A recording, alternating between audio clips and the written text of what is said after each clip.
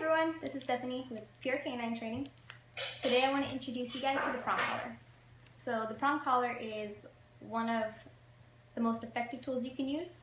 It's one of the safest, and it's kind of a natural sensation for the dogs. It's said to mimic a mother's bite. So it has this pressure release mechanism. Probably not the right word, but you get the point. It has a pressure and release, and so it's kind of like a dog's in charge somewhat. So the dog pulls and gives pressure, the dog releases, and the pressure releases when the dog stops pulling. So they kind of have a sense of being in charge of when the pressure's on, when the pressure's off. They're in charge of how to turn the pressure on and off. So in that sense, it's kind of a natural thing. They kind of understand that already. It's a safe tool. When you have a dog on a flat collar, which is just your regular everyday collar, most dogs have their tags attached to it. You've all seen it. You have a dog pulling down the street and you hear him gagging.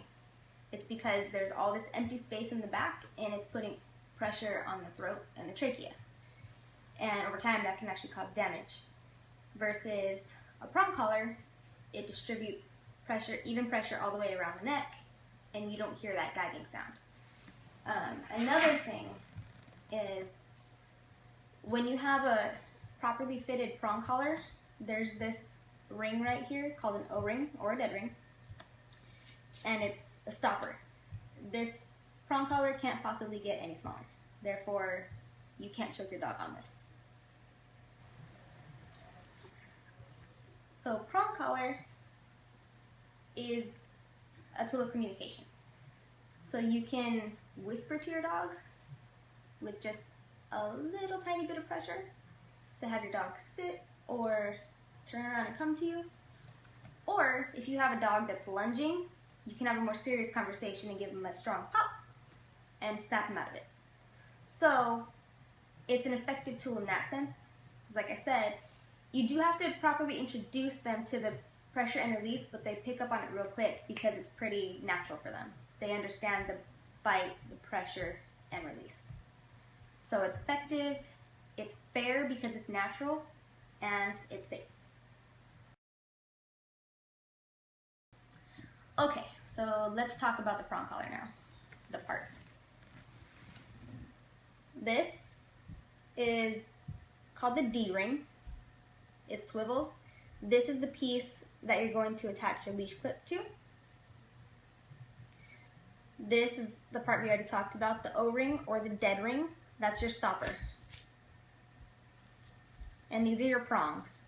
This is what your collar is mainly made up of.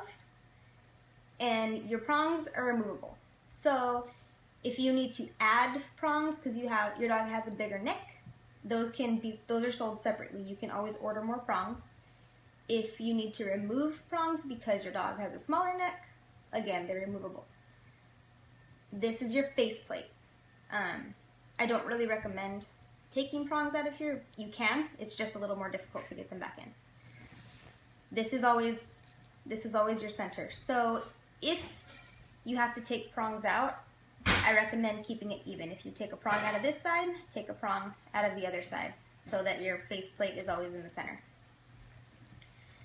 Now, removing prongs, try not to take it out next to the last one. You want to try to take them out of the middle. With your thumb, hold the bunny ears and squeeze, and use your index finger here to push out the legs, and then squeeze the legs and pull it out. To put it back in, put one leg in the bunny ear, the other leg in the other bunny ear, and push it in. Again, push it out, push the legs out with your index finger, brace the bunny ears with your thumb, with your index finger and your other thumb, squeeze the legs and pull them out. One leg in, use your thumb to squeeze the other one in, and push them in. So the collars that I recommend, they're called Hermspringer. They're made in Germany. They're stainless steel, and they'll usually say Springer. Springer HS. This is really tiny, you probably won't be able to see it, but right here it says HS Germany. So all over the prong collar, if you pick up a prong collar, you'll be able to know right away if it's a Herm, because it's gonna say Springer, HS Springer, Germany. These prongs, one of the reasons I recommend these also, they're the best quality. They also have rounded edges. The prongs are rounded off, so they're really soft on your dog's neck. Versus if you go to a big box retail store and you get an off-brand prong collar or a store brand, whatever, the prongs are cut off and they can be really sharp. So just in comparison, this is a different size, but you can kind of see these are a little jagged, and these have been filed down so they're really round and smooth.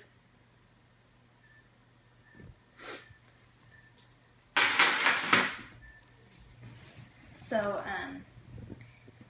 the sizes for your prong collar, there's a mini for toy dogs up to 7 or 8 pounds.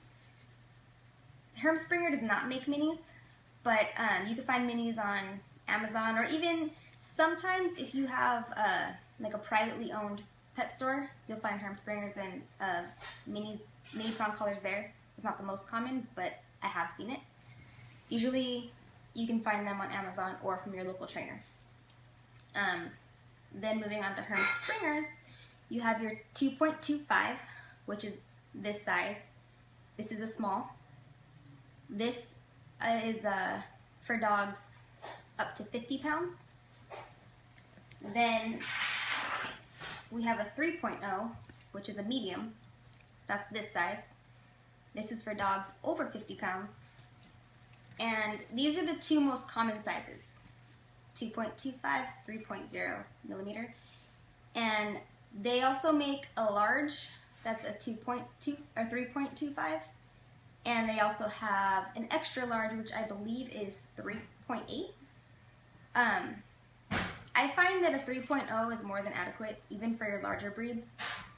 If you feel, you really aren't going to get a grip with this and you want to use a large, a 3.25, that's fine. I've never found a reason to go higher than that. I've never found a reason to use an extra large, even for your giant breeds. So 3.0 is usually just fine. You can always add links. You can always add, order extra links if you need to. And another thing, your chains, you just want to make sure that your chains are always in line, that they're not twisted. If they get twisted, it's not going to be effective. The most effective thing about the prong collar is you have this popping mechanism, and that's what helps with the pressure and release. So you want to make sure that everything is in line, so you have this triangle shape.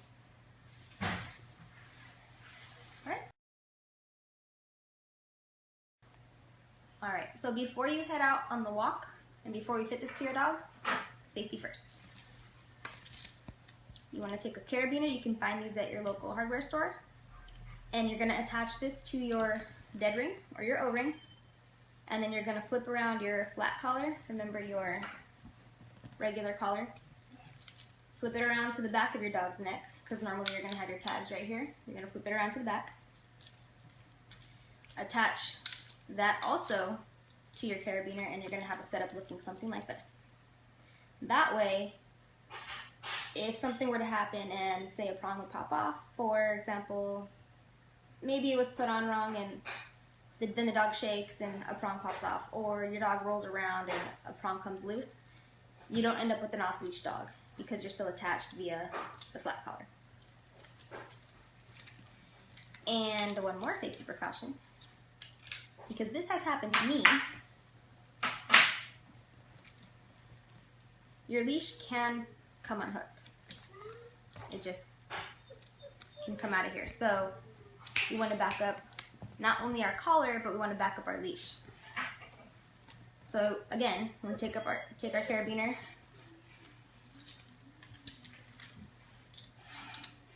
stick it through this little hole in our leash, and some are going to be bigger than that, be easier to get through than this one. Attach your carabiner and the leash clip.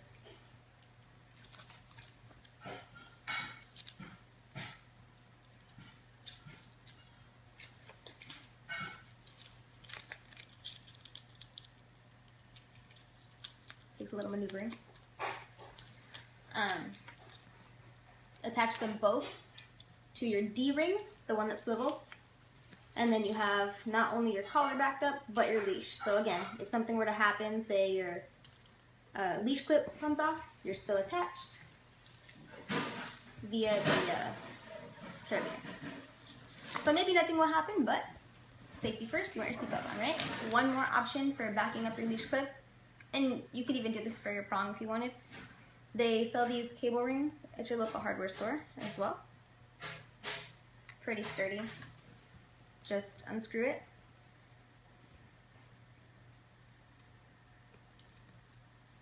Stick this through your leash clip. The hole right there. And your D-ring, the one that swivels. Make sure you screw it in tight all the way. And then attach your leash clip to your D-ring as well. So then you're still backed up. Again, if your leash clip were to come undone, you're still backed up via the cable ring.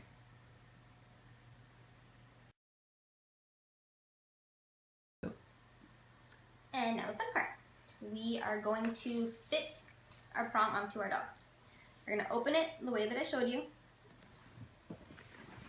Put it around the neck, up high, close it the way I showed you. We're going to turn it. And it should be high above your dog's neck. Now, it should be snug, not tight. You should be able to fit a couple fingers in there. If it's too loose, it's not going to be effective. So if you can fit it over your dog's neck, it's way too loose. Head. If you can fit it over your dog's head, it's way too loose. So it should be snug, not tight. If you can't turn it, it's too tight. Now you want this to be a triangle. If it's not a triangle and it's twisted, something like that, it's not gonna work. It's not going to be effective. So you want your swivel, your D-ring up here at the top. That's where you're going to attach your leash. And then you want this straight part of your triangle down here at the bottom with your O-ring or your dead ring. Now we are going to spin the flat collar around, and we're going to take our handy dandy carabiner and we're going to attach our flat collar to our dead ring or O-ring. So it's going to look something like that. That's your backup for your collar. And now we are going to back up our leash. We're going to attach our leash to the D-ring, the one that swivels. This one turns. And we're going to take a carabiner, or you could also use that cable ring. Attach this to the D-ring as well. And, oops. Also attach this to the top of your leash clip.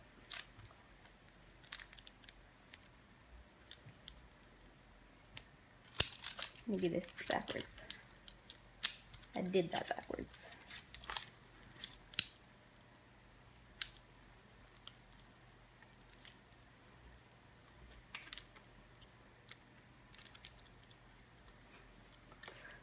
Technical difficulties.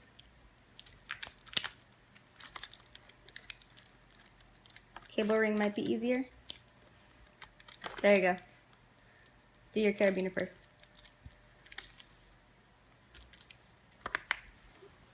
So you have your leash backed up and your collar.